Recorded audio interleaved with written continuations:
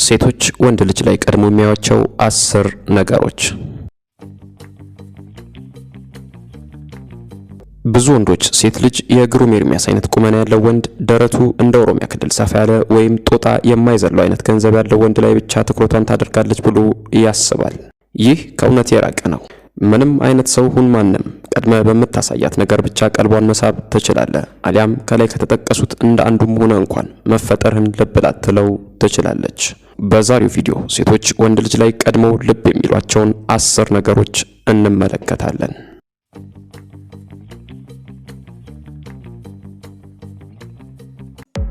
አንደኛ፣ ፊትህን።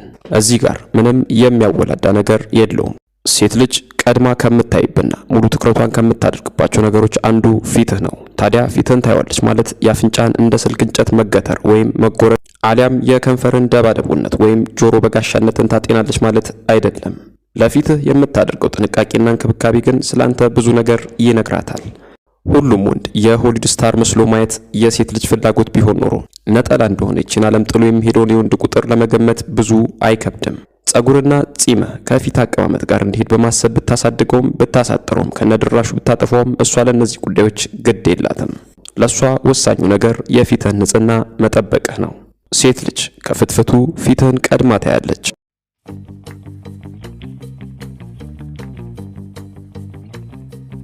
ሁለተኛ፣ ፈገግታ። የፊትህ ውበት ጎልቶ የሚታያት ደግሞ በምታሳያት ፈገግታ ልክ ነው። የፊትህን ውበት በፈገግታ ካልደገፍክ በአንዱ አጊጣ በአንዱ ተመልጣ የተባለላት አይነት ሰው ትሆናለህ። ፊትህ ላይ የምታሳየው ፈገግታ ሴት ልጅ ከሩቅ ይጣራታል። ለሴት ልጅ ፈገግታ በምትመግብበት ጊዜ የጥርስህ ንጽህና አንገት እንዳያስደፋ ተጠንቀቅ። በቡና በመጠጥ በሲጋራ ወይም በሌሎች ተያያዥ ነገሮች የተፈጥሮ ቀለሙን የቀየረ አይነት ጥርስ ይዘህ ፈገግ ከምትል ፊትህን ለመርገጥ በማያሳሳ መልኩ ብጥለው ይሻልሃል።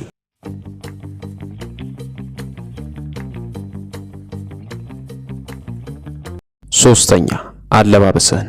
ማንኛውም አይነት ልብስ እንዲያምርብህ መስቂያውን ማሳመር የግድ ነው። ጥሩ የሰውነት ቅርጽና መጠን ካለ ኮባን ብትለብስ ያምርብሃል። ነገር ግን ምንም አይነት የሰውነት አቋም ቢኖርህ ከሰውነት ጋር የማይጣበቁ አይነት አለባበሶችን ብታዘወትር በሴት ልጅ ዘንድ ሞገስ ታገኝ ይሆናል። ከወገብህ በላይ የምትለብሳቸው የሚሆኑ ከወገብ በታች የምታደርጋቸው ልብሶች በሙሉ አካልህ ፍጥጥ ብሎ እንዳይወጣ ማድረግ ቢችሉ እጅግ መልካም ነው። ነገር ግን ሃንግ ሰርቶ እንዳደረሰው ከላይ እስከታች የለበስከው ልብስ ሁሉ በልክ አይሁን ማለት አይደለም። በእርግጥ መጻሕፍትን በሽፋናቸው አትገምቱ የሚል አባባል አለ። ነገር ግን ወደንም ጠላን በአለባበሳችን ሰዎች ይገምቱናል። አለባበሳችን ስለ ደረጃችን፣ የህይወት ዘይቤያችንና ስብዕናችን የሚናገረው ነገር አለ። ስለዚህ ለአለባበስ ትኩረት በመስጠት ስለ ብስለትህና ምን አይነት ፋሽን ተከታይነትህ መልእክት ማስተላለፍ ትችላለህ።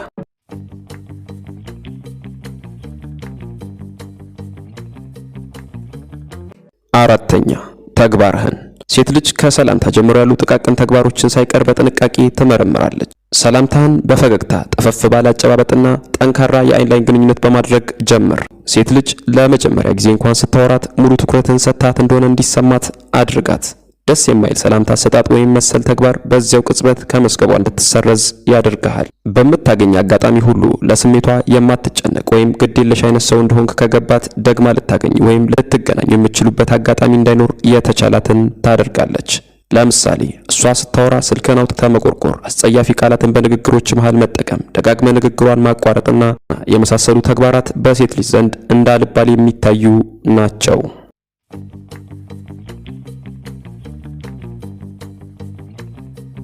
አምስተኛ፣ ጠረንህን። ከላይ የተዘረዘሩትን ነገሮች በሙሉ አሟልተ እንኳን የሆነ ባድ ጠረን ካለ ዋጋ የለህም።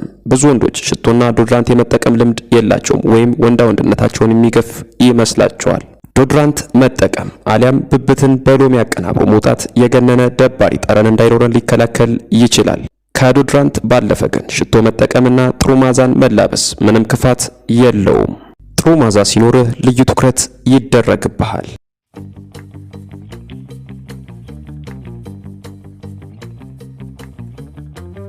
ስድስተኛ፣ አነጋገርና ድምጽህን። አዎ ሴት ልጅ በምትሰማው ነገር ብቻ ልቧን ማጥፋት ይቻላል። በዚህ ጊዜ ምንም ያህል ገንዘብ አውጥተህ የገዛኸው ጃኬትም ይሁን ሽቶ ምንም ሊረዱህ አይችሉም። እዚህ ላይ ሊረዳህ የሚችለው ነገር ራስን ለማሳደግና ለማሻሻል ያለማቋረጥ የምታደርጋቸው ትምህርቶች ናቸው። የሚያዝናኑ መጻሕፍትን ብቻ ሳይሆን ዕውቀት ሊሰጡህ የሚችሉ መጻሕፍትንም አገላብጥ። እሷንም አሳታፊ የሆነ ነገር እንዴት ማውራት እንዳለብህ ተማር። ድምፅህም ቢሆን ቀልቧን የሚገዛና በጉጉት የምታዳምጠው አይነት መሆን አለበት። ፍየል ድምፅ መሆን ሳያንስ የምታወራትም ነገር እጅም እግርም ጭራም የሌለው ከሆነ በምን ቀን አንተ ጋር እንዳገናኛት በማሰብ ያቺን ዕለት ከሕይወቷ ተፍቃ እንድትወጣ ጸሎት ለአምላኳ ስታደርስ ልታገኛት ትችላለህ።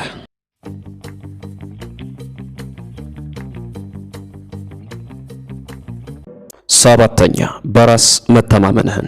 ሴት ልጅ በራስ መተማመን ያለውንም ሆነ የሌለውን ወንድ በቀላሉ መለየት ትችላለች። በራስህ የምትተማመን አይነት ሰው እንደሆንክ ከተሰማት ካንተ ጋር ያላትን እርምጃ ወደፊት ለማስኬድ አታመነታም። በራስ መተማመንህ በአቋምህ በአረማመድህና በንግግር መሃል በግልጽ የሚታይ ጉዳይ ነው።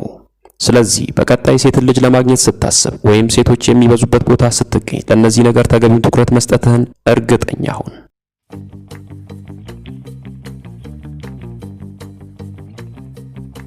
8ኛ የሰውነት ቋንቋህን።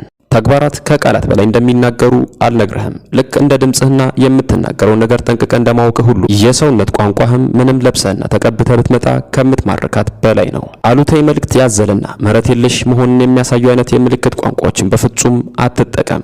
በትክክለኛው ሰዓት ትክክለኛውን አይነት የሰውነት ቋንቋ ማሳየት ከቻልክ የልቧን በር የማትከፍትበት ምንም ምክንያት የለም። ግልጽነትንና አዎንታዊነትን የሚያሳዩ የምልክት ቋንቋዎችን ተለማመድ፣ ተግበር። አንተ እንኳን ባታያት እሷ ከሆነ ጥጎና እየመነጠረች ነው።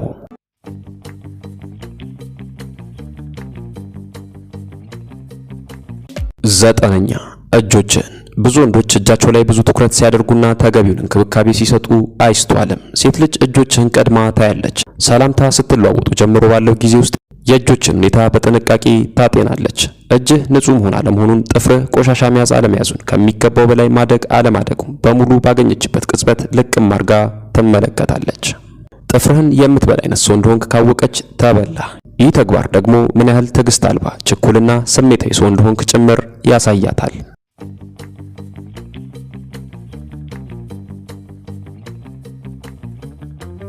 10ኛ ሌሎችን የምታወራበት መንገድ።